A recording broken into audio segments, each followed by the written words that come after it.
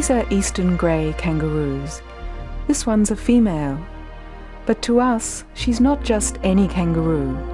Her name is Columbine. She belongs to a mob of 60 wild kangaroos that we live with to make this film. During our 2 years among them, we learned to recognise all the kangaroos by face.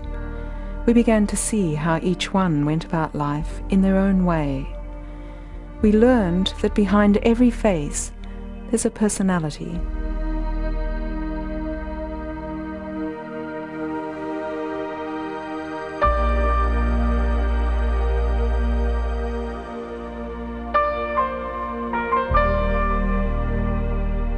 The kangaroos live in this remote farming valley in the mountains of eastern Australia. The history of each roo is known, for a team of biologists have been quietly observing them for 15 years. They give every new joey born in the valley a name. What follows are scenes from 1 year in the life of the mob. It's summer, and Columbine is about to give birth.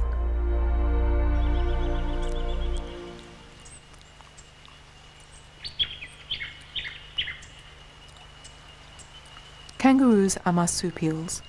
They give birth to tiny embryos that complete their development in the pouch. It's only a month since Columbine's infant was a mere fertilized egg. Yet in a few moments it will emerge from the birth canal and have to climb the length of her belly to reach the pouch.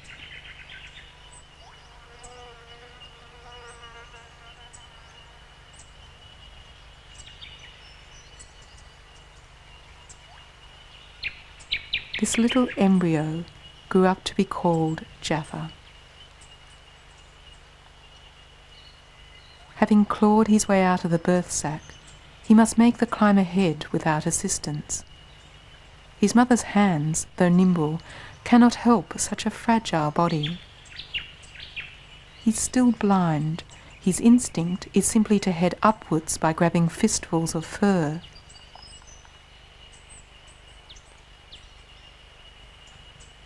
It's a perilous time for young Jaffa. He could miss the pouch or fall to the ground where the sun would shrivel him. His arms are strong, but his hind limbs are still only buds. His minute lungs are already functional. He's breathing air.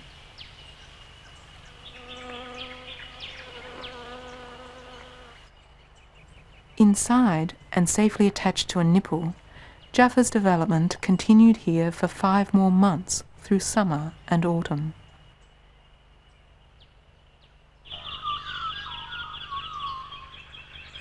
Winter in the valley is a time of cold, frosty nights and clear, sunny days. To escape the freezing air settling on the valley floor, the roos spend the night on the high ridges. They feed quietly through the dark hours, then at first light there's a restlessness as everyone prepares for the new day.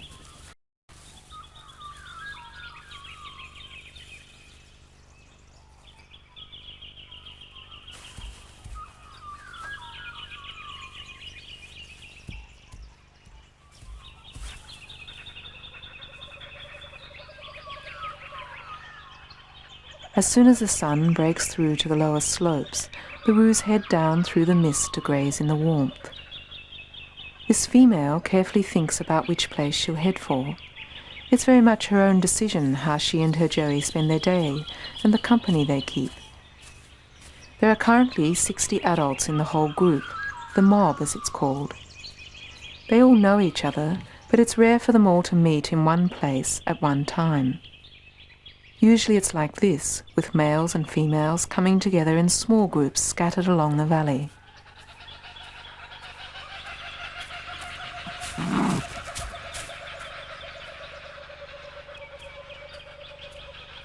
Females seek out their relatives or friends, avoiding those they don't get on with. By keeping together, they increase the chance someone will see or hear a predator. Dingoes, farm dogs and eagles take up to 80% of joeys each year. Even while grazing, every mother is carefully sifting through the sounds of the valley.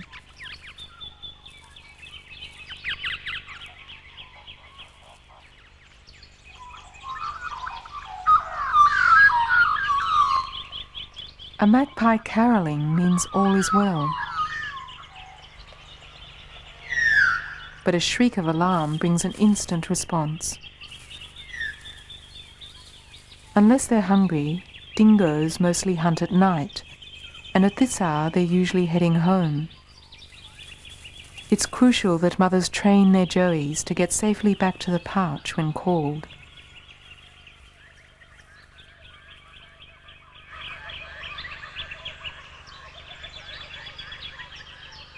This is Sunshade. Like the little male Jaffa, she too was born in summer. Her mother, called Eucalypt, has chosen mid-morning to begin her daughter's lessons. After 5 months cooped up in the pouch, Sunshade can't wait to get out, but her mother has total control and pulls tight. She won't relax her pouch until she's certain there's no sign of danger.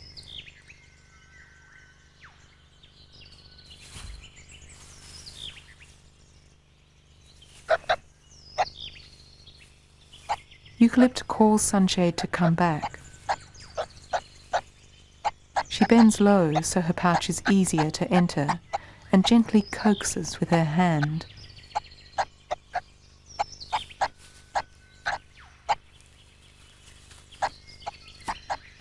Eucalypt is a diligent mother, and we saw her repeat this lesson many times.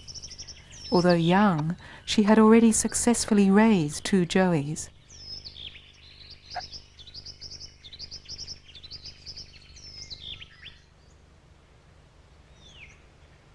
Jaffa has blossomed since he's climbed to the pouch. His mother, Columbine, always seemed less particular about lessons than Eucalypt.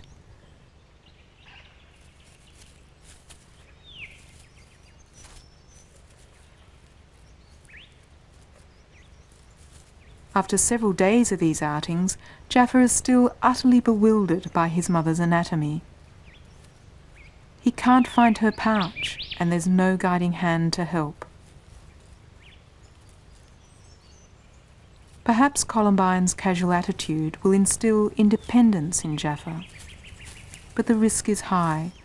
Columbine's previous 8 young have died, and right now Jaffa is so confused he'd never make it to safety should a dingo attack.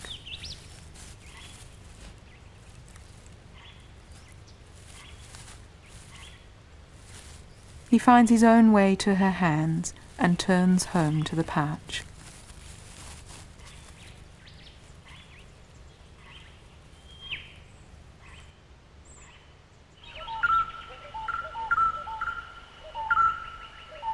This is Cedar. He was top of the male hierarchy that year, a position he'd won through his fighting abilities. He had access to all the females, but the number of matings he actually achieved depended more on his perseverance and cleverness. He spent much of his time travelling to check on which females were coming into heat.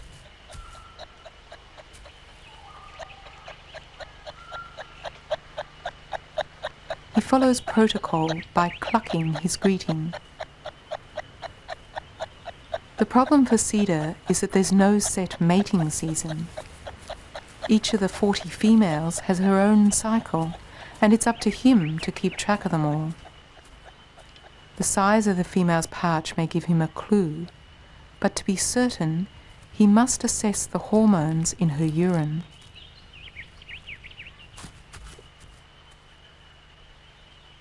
If she's likely to come into heat within days, he'll stay. Otherwise, he moves on. Relying on his knowledge of their haunts, he aims to find each female every few days.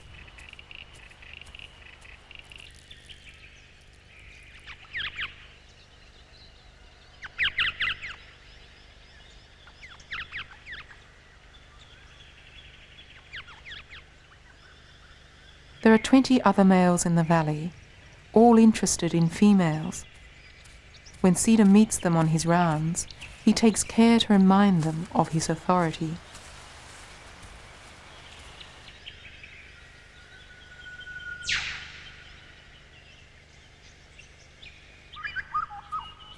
On entering a group, Cedar expects any males present to defer to him.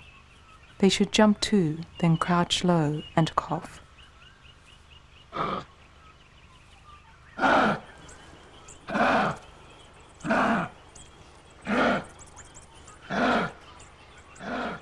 Cedar has one main rival to watch for. His name is Ursid, and he's Cedar's equal in size.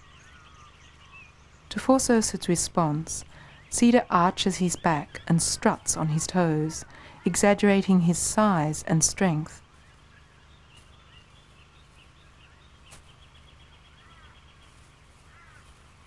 Continuing to flex his muscles, he sweeps scent from his chest across a tussock. Though his display is directed at Ursid, some females also take interest in whether he's still the top male.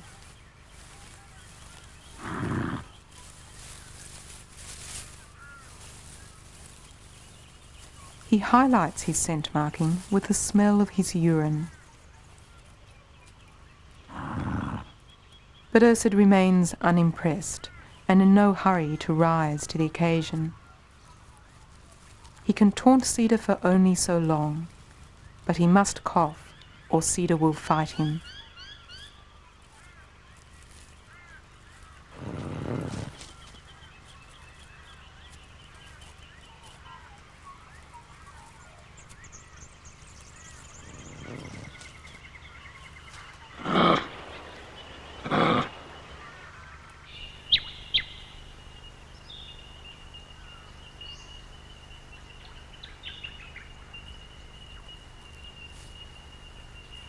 Like all young joeys, Sunshade is kept in the safety of the pouch day and night, except for brief playtimes. 2 weeks have passed since Sunshade's first excursion. She's learning to use her hands and trying to find her feet. It's not easy, because the tendons in her legs are powerful springs.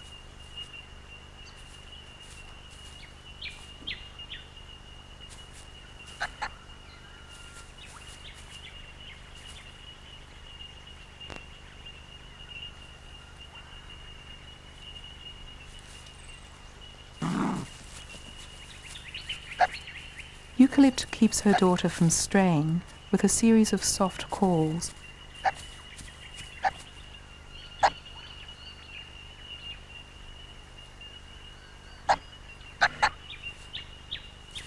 When she calls "come quick," Sunshade shows that she's learned her lessons well.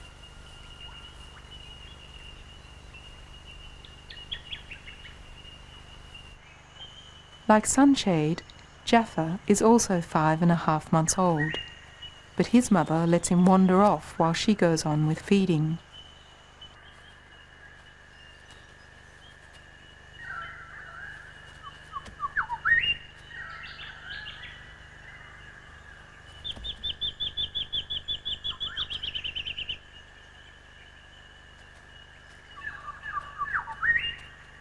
That an eagle could swoop down and carry him away is not something a joey considers, but a mother should.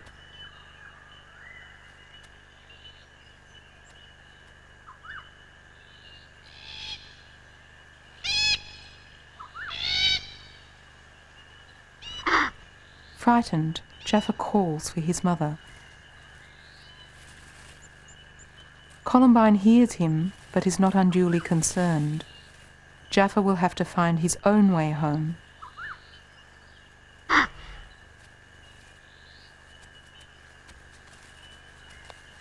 He's happy when he's touched the pouch, though frustrated that his mother won't stand up to let him suckle.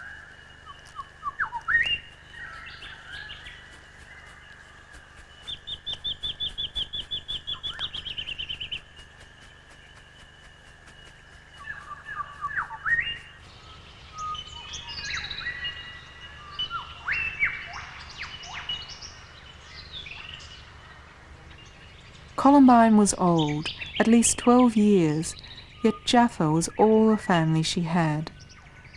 Sunshade had many relatives, all descended from her grandmother named Dew. Dew's exceptional skills as a mother have passed to her daughters and in turn to their offspring. Her clan is 11 strong, the largest in the valley and still growing. One thing the biologists have learned from this mob is that females are more likely to succeed in raising young if they have relatives nearby. At 8 months, Sunshade was becoming acquainted with her grandmother's clan. These aunts and cousins will form the core of her circle of friends, the roos she'll seek to be with, and she'll inherit a share of their range.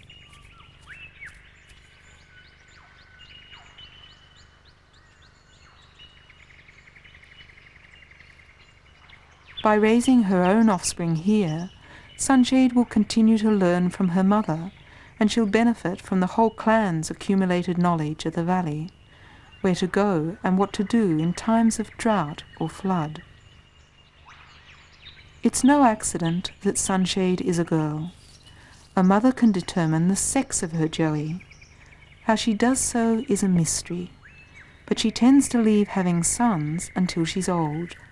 Boys move away after a year, so they can't benefit from any ongoing support, but daughters can. So Eucalypt has Sunshade in her youth, to share as many years with her as possible.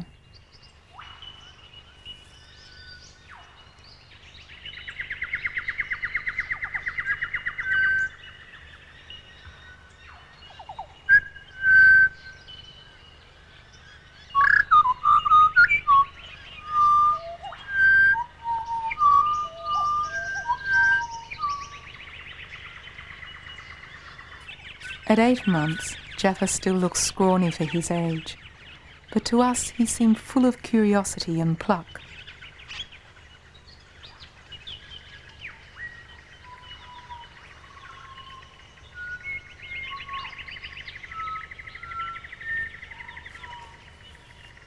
Now that he has better command of his legs, and most of the morning out of the pouch, Jaffa has become an adventurer.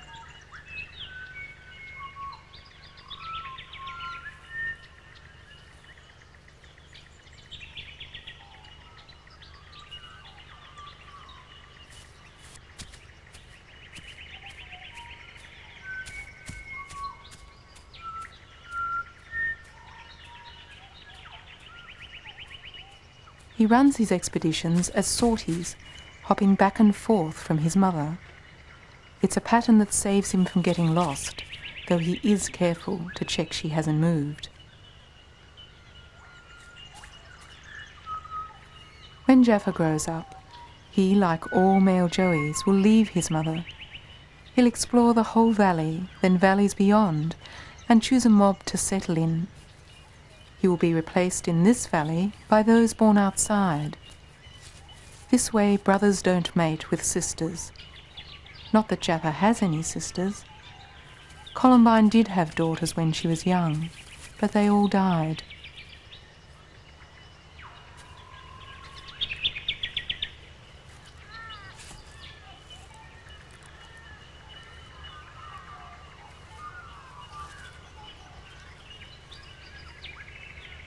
Jaffa's immediate problem is how to lie down. He's seen others do it, but it doesn't feel quite right after being in the pouch.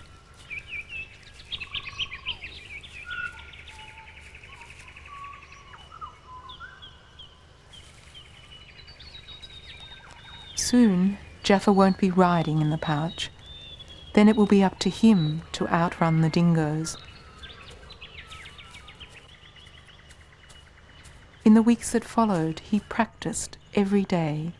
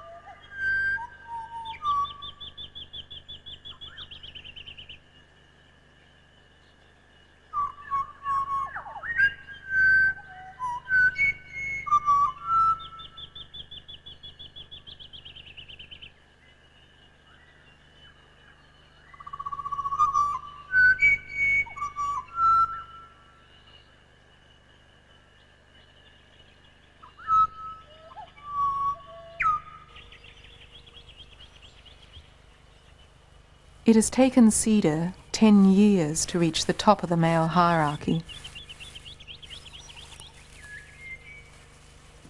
Rising to 3 metres, he's an intimidating sight, casting a shadow over Ursid's ambitions. These displays take years to perfect, and teenagers start practicing, in private, one tentative step at a time. Chest swivelling on the ground is very difficult, so scent marking begins more simply.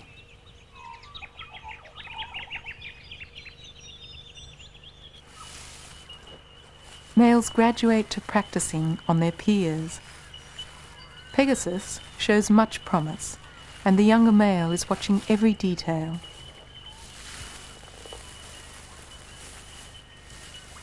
While these displays are used to assert rank, disputes are resolved by boxing contests. This too has to be learned. The larger male, named Capro, is giving young El Niño some practice without exploiting their difference in size.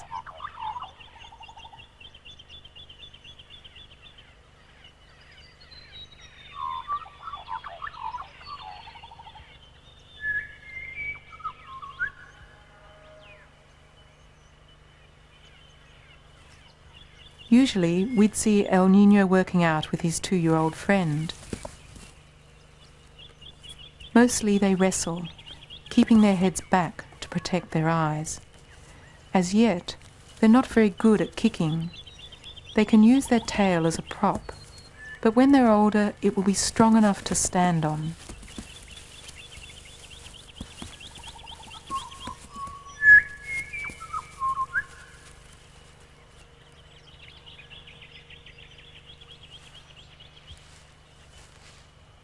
A sense of timing also comes with practice.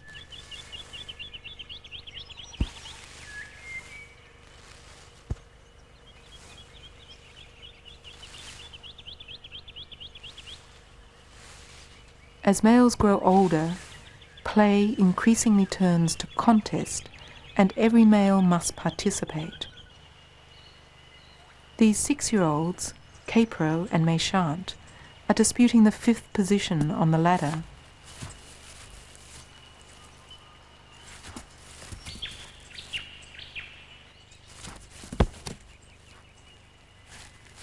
Periodically, males choose to drop out of the boxing circuit while they quietly feed up to put on muscle. After this burst of growth, they make a comeback and fight for a higher rank.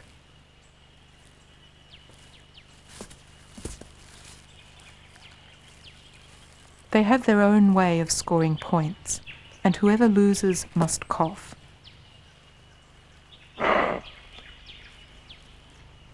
Large, high-ranking males kick with enormous power.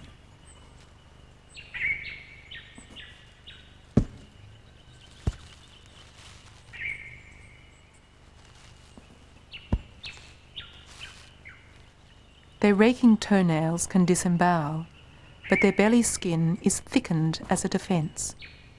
Though deaths from these contests are rare, when a male finally challenges for the top position, he'll fight without restraint.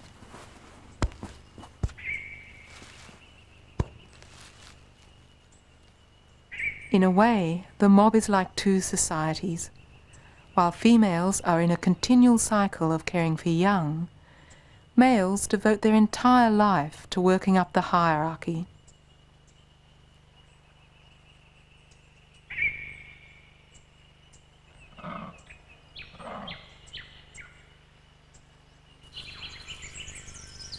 One afternoon at the end of winter, an echidna appeared after months in hibernation. The ruse had forgotten whether she was friend or foe.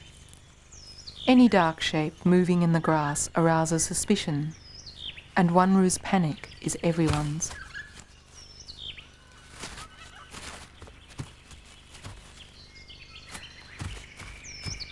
No one is willing to stick their neck out for long, except Jaffa. He's transfixed.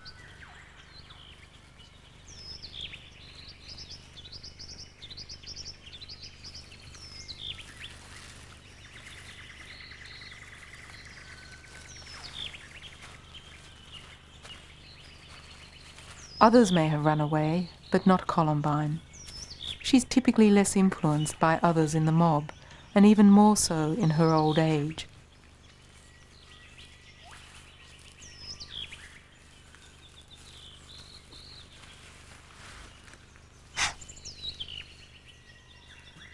Only a prick on the nose is good enough reason to leave.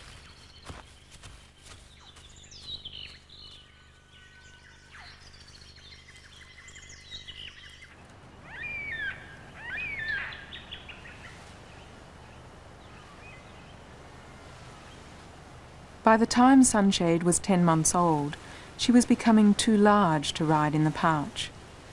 Eucalypt kept her daughter isolated for a few days while Sunshade came to terms with being shut out.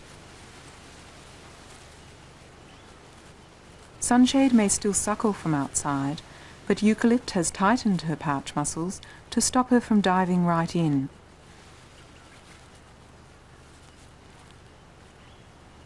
Keeping Sunshade away from other roos prevents her from running to someone else's pouch and being attacked.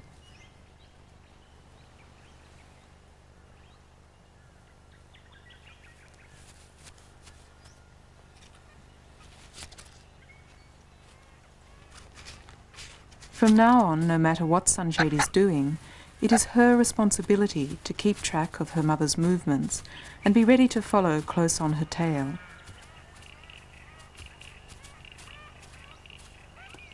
By accompanying their mothers each day, young roos come to know their part of the valley intimately.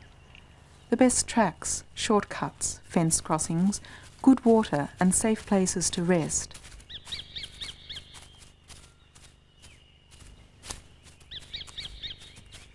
It's important to learn the pattern of stopping regularly, to listen, sniff the air and survey ahead.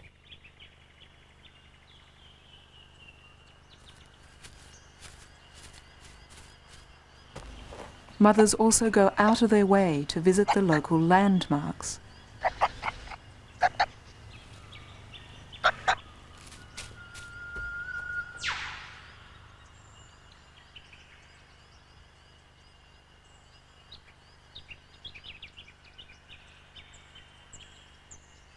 The upturned roots of this once mighty tree form a cave. It's an important site for the kangaroos. It's sometimes used during mating. Curiosity draws Sunshade inside. There are kangaroo smells everywhere. With Sunshade permanently out of the pouch, Eucalypt gave birth a few days later. She didn't need to mate. Instead, she activated an embryo she'd been holding on standby since a mating many months ago. Others did mate that spring, and once a female comes on heat, it is she who takes the lead in courtship.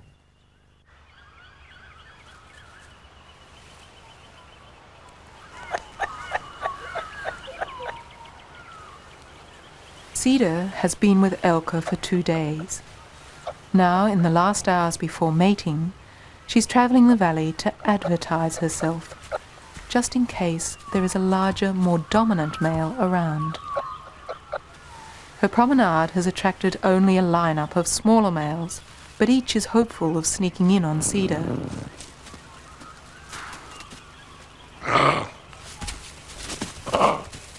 By asserting his dominance now, Cedar lessens the risk of interruption later.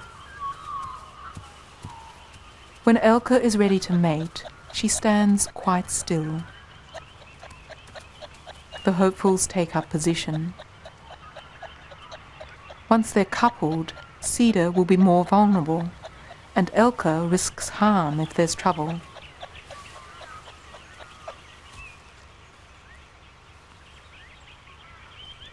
The surrounding males look for any opportunity to cut in.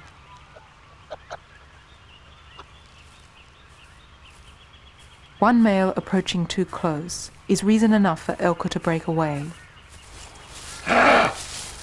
While Cedar takes care of him, another male behind makes a grab for her, and she's off.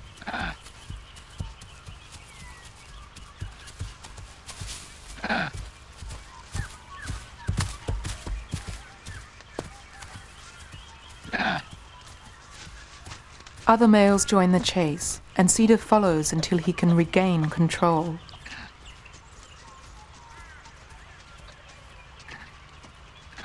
Elka is determined not to let some young whippersnapper mate with her.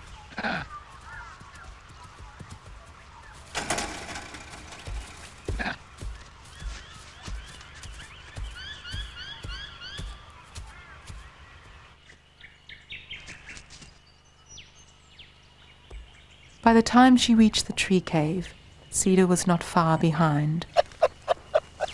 Now, if any subordinate males give trouble, she can crouch inside while Cedar chases them off, and if a male should attempt to mount in here, he would crack his head on the roof.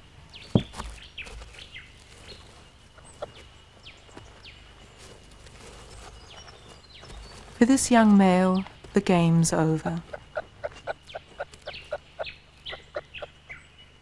Reassured she has the cave at hand if she needs it, Elka resumes courtship outside. Every courtship varies according to circumstance and the personalities on the day.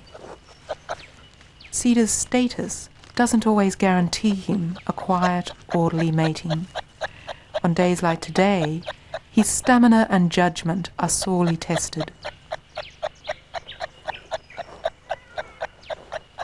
For Elka's part, she secured the best genes in the mob for her Joey.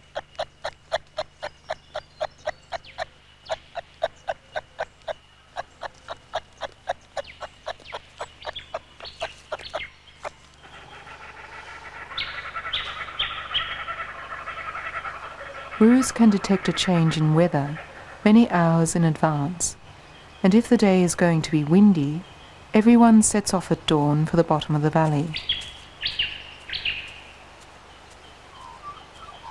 They travel from every corner, and females leave their normal feeding ranges. Sunshade's relatives head down from the southern ridges. It is now mid-spring, and Sunshade is quite used to shadowing her mother.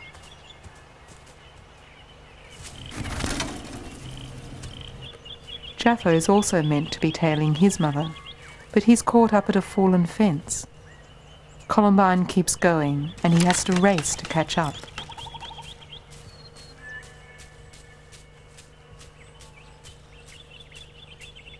Like Sunshade, Jaffa no longer rides in the pouch. It is his responsibility to follow.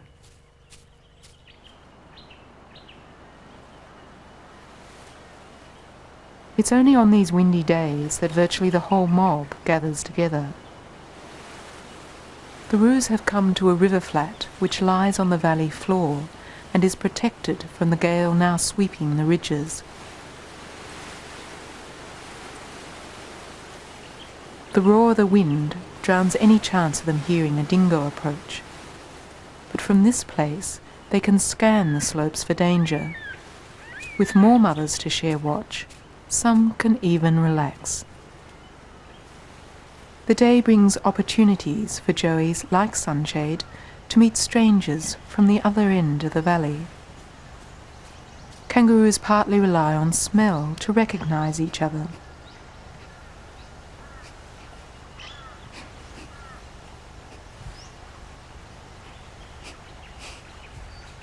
Teenage females are particularly keen to meet this year's joeys, but mothers warn them off because young joeys are easily confused and can head for the wrong pouch.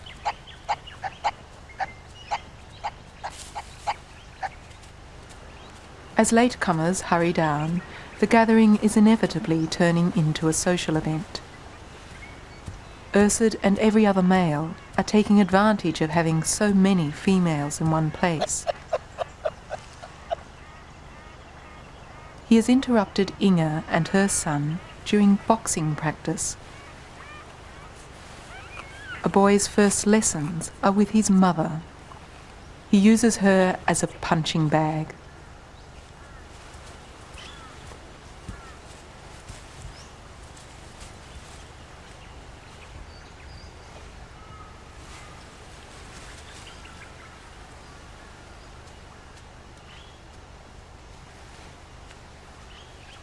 When they first leave their mothers, young males, like El Niño and his friends, knock around in gangs.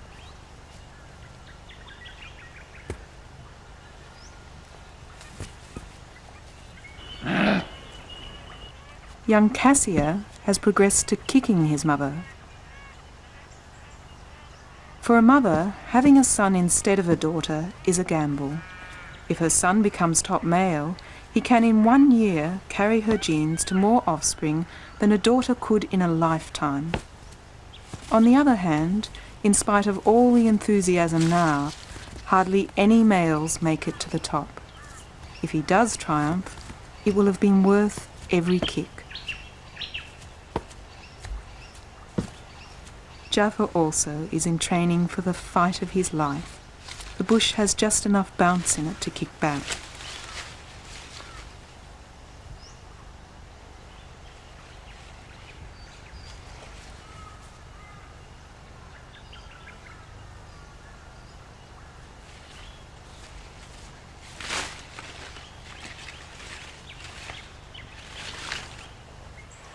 Meanwhile, Ursud and another large male are busy chatting up more females. All males engage in this, but they're discreet if a more senior male is nearby. Right now, Ursud would do well to look over his shoulder, for at this very moment, Cedar is announcing his arrival. For Ursud, the timing of his challenge is critical. If he miscalculates his chances, he could die.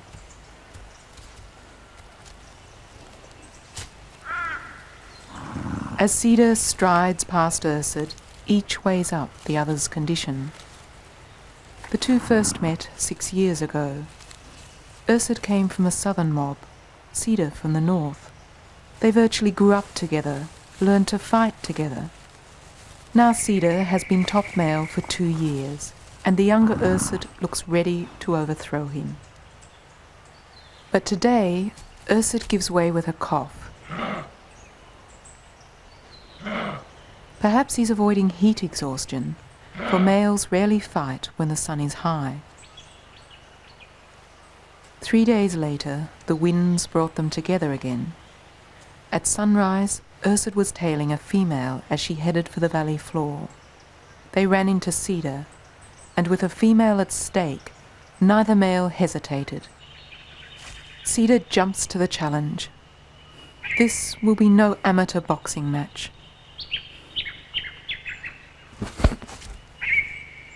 Fur flies, there's violence in every strike. Internal damage from these battles can be massive. Cedar crouches, eyeing his opponent. Everything they've learned together is now pitted against one another.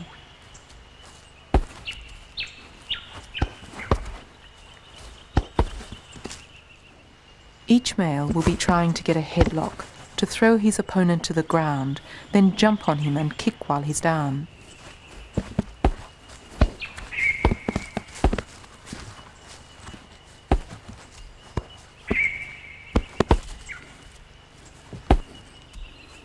Cedar crouches again. He has the reach, the longer arms to get that headlock. And he does. He can't throw Ursud, but he's driving home the kicks.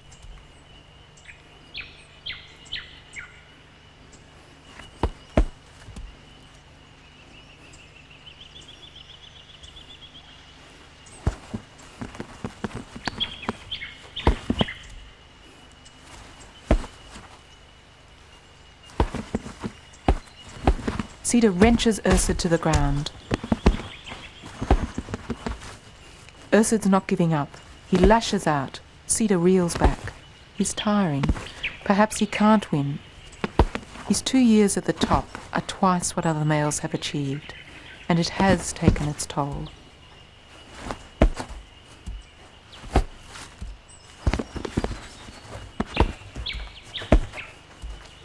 With winning strength, Ursud pounds him.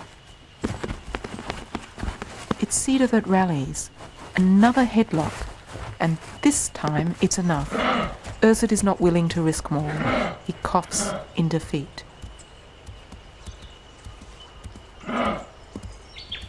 Both males took life quietly for a few weeks while they recovered. Cedar's victory was an uneasy one, for by now he and Ursud were too closely matched. Tension persisted for months, until unexpectedly they divided the valley between them.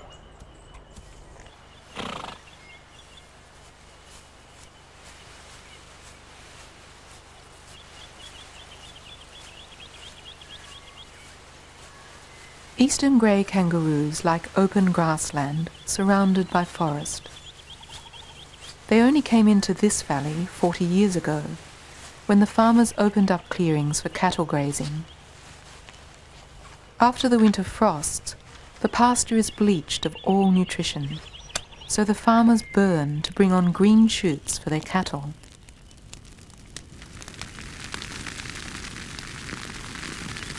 Most landowners shoot kangaroos, but here they're allowed to stay. For one thing, dingoes are less likely to attack calves while there are still joeys to hunt. The roos are not frightened by the fire. On the contrary, they move on to the ash as soon as the flames die in the night.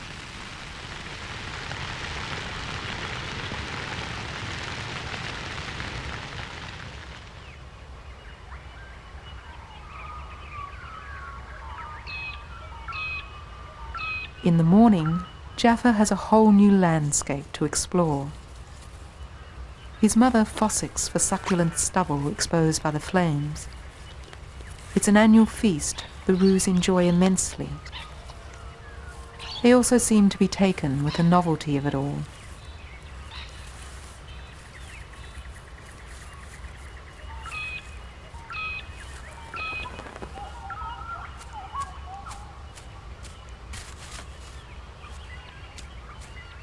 By mid-morning, there's a lot of extra grooming to be done, while a wary eye is kept on the cattle. They too like the stubble.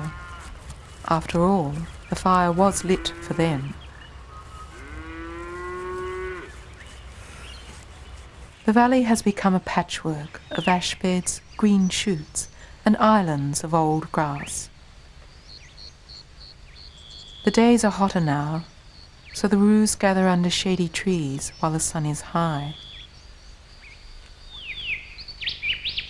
Jaffa and the other joeys remain restless, but for their mothers, this is their best opportunity to sleep, because dingoes will be back in the forest.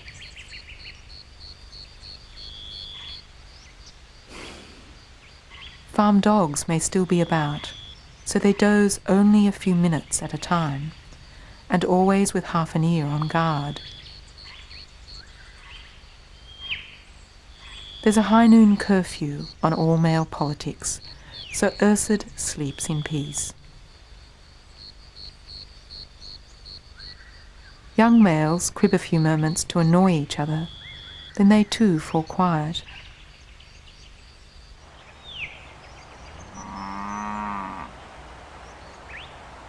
Around midday, the cattle usually head down for a drink.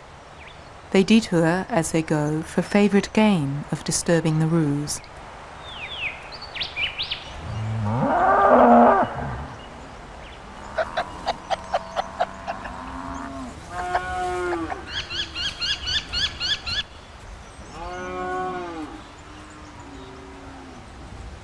There's no arguing with such crushing bulk.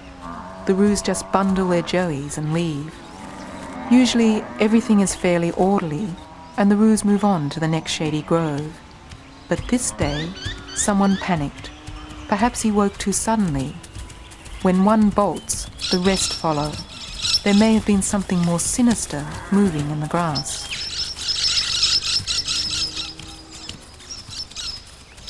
Panic spreads along the ridge, and soon virtually the whole mob is fleeing.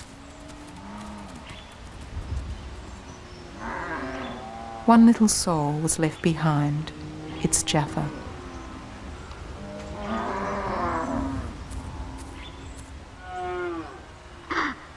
Most youngsters get lost in their first month out of the pouch.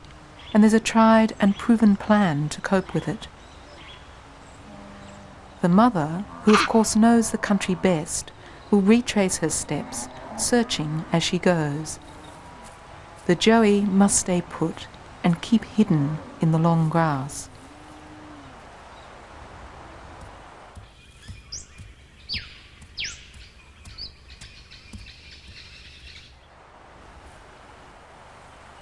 Jaffa can't seem to wait. Perhaps this is another lesson he didn't learn. Maybe the wind is scaring him. But wandering will only make his mother's search harder.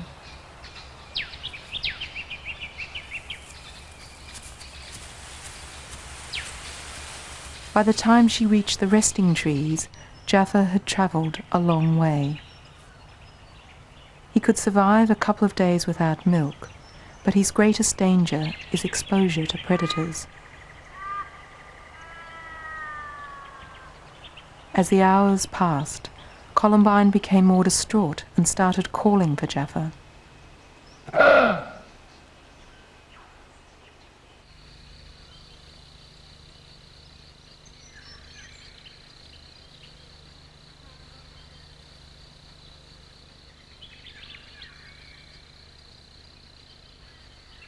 At this time of year, dingoes have pups to feed.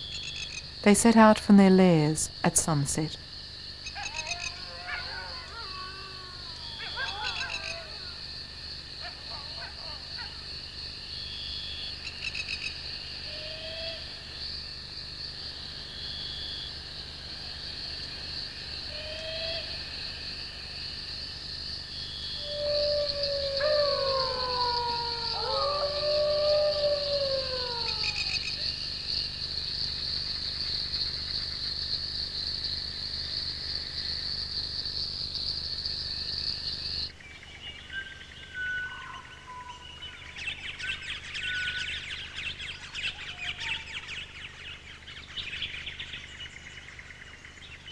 At dawn, a female called Marla had claw marks all the way down her back, and her son's body lay half-eaten in the grass.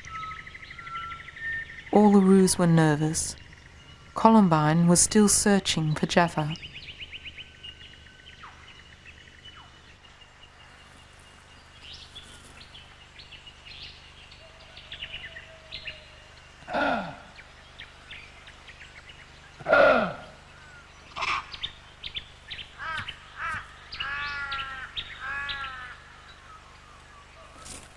Somehow, Jaffa has escaped from the dingo with his life, but he's been injured.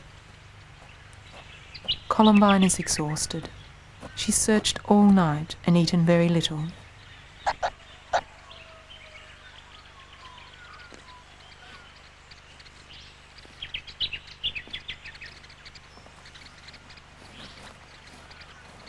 At last, they're together.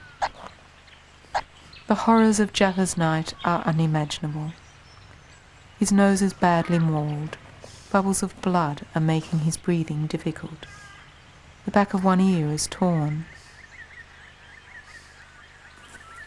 Their troubles are not over, for it's hot and exposed in this burnt hollow.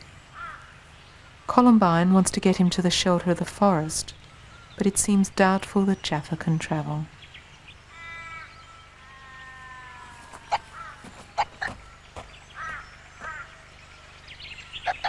He musters all his strength, determined to follow.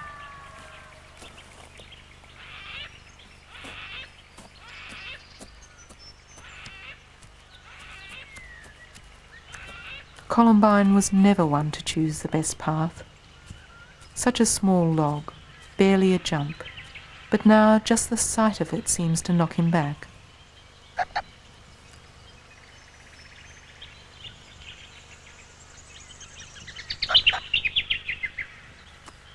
He sets off again, more strongly this time, heading for the forest.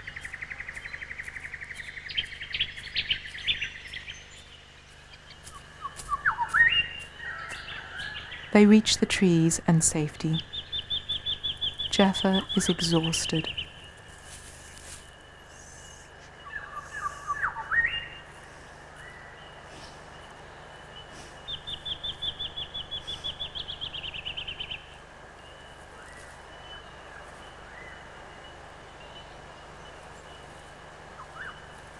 At least now he can rest and be with his mother.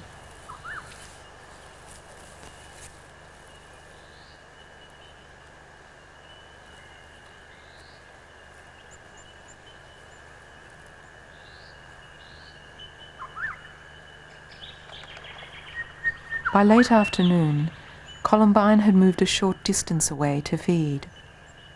She keeps calling, and Jaffa tries very hard to follow, but he can't. Too sore and bewildered, he hasn't suckled. He's holding on to life with everything he has, but it doesn't seem enough.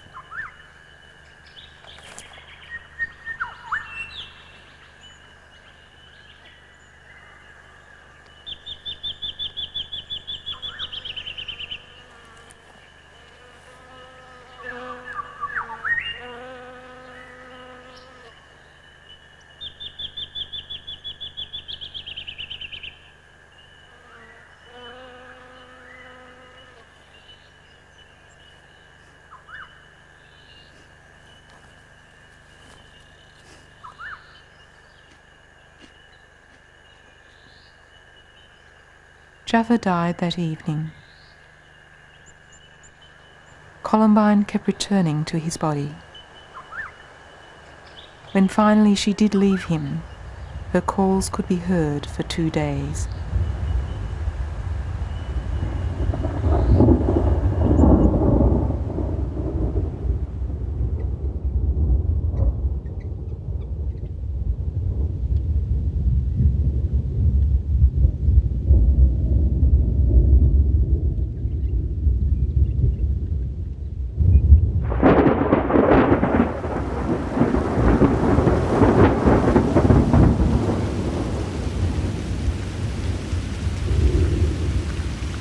The cycle of life passed into summer, the time of monsoonal rains and lush grass.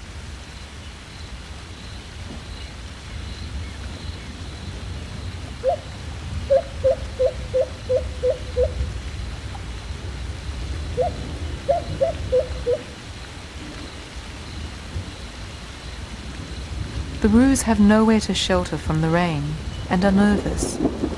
As with the wind, they cannot hear above the downpour. The best they can do is keep together.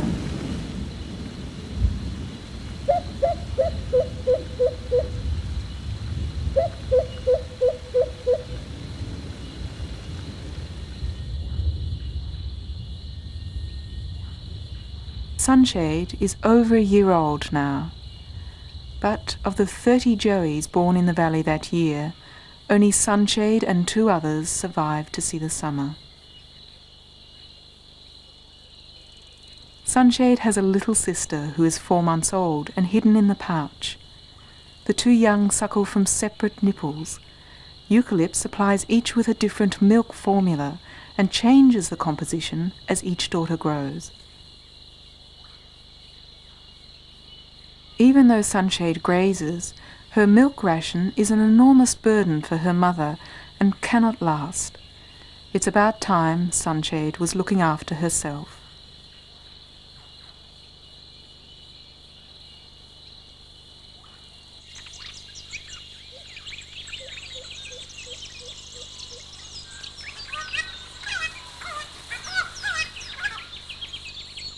Summer is a time of plenty in the valley. It can also be oppressively hot, so the roos take life quietly, resting for most of the day. As summer was closing, Sunshade reached the final chapter of her childhood. Eucalypt has stopped giving Sunshade her milk, and gone too are the grooming sessions. Every time Sunshade reaches for the pouch, there's trouble.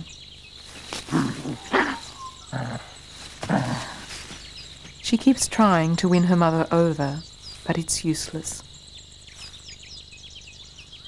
Sunshade's future is full of promise. She's inherited genes from the most successful grandmother in the valley. Her mother Eucalypt has taught her well, but it is time to let go.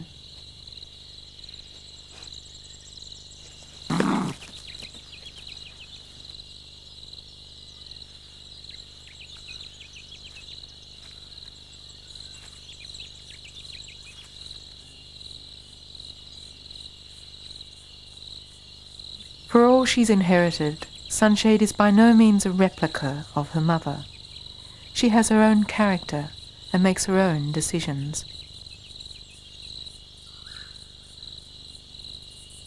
Raising Sunshade took Eucalypt a year and a half. Now the new Joey is almost ready to start her lessons and will occupy all Eucalypt's time and energy.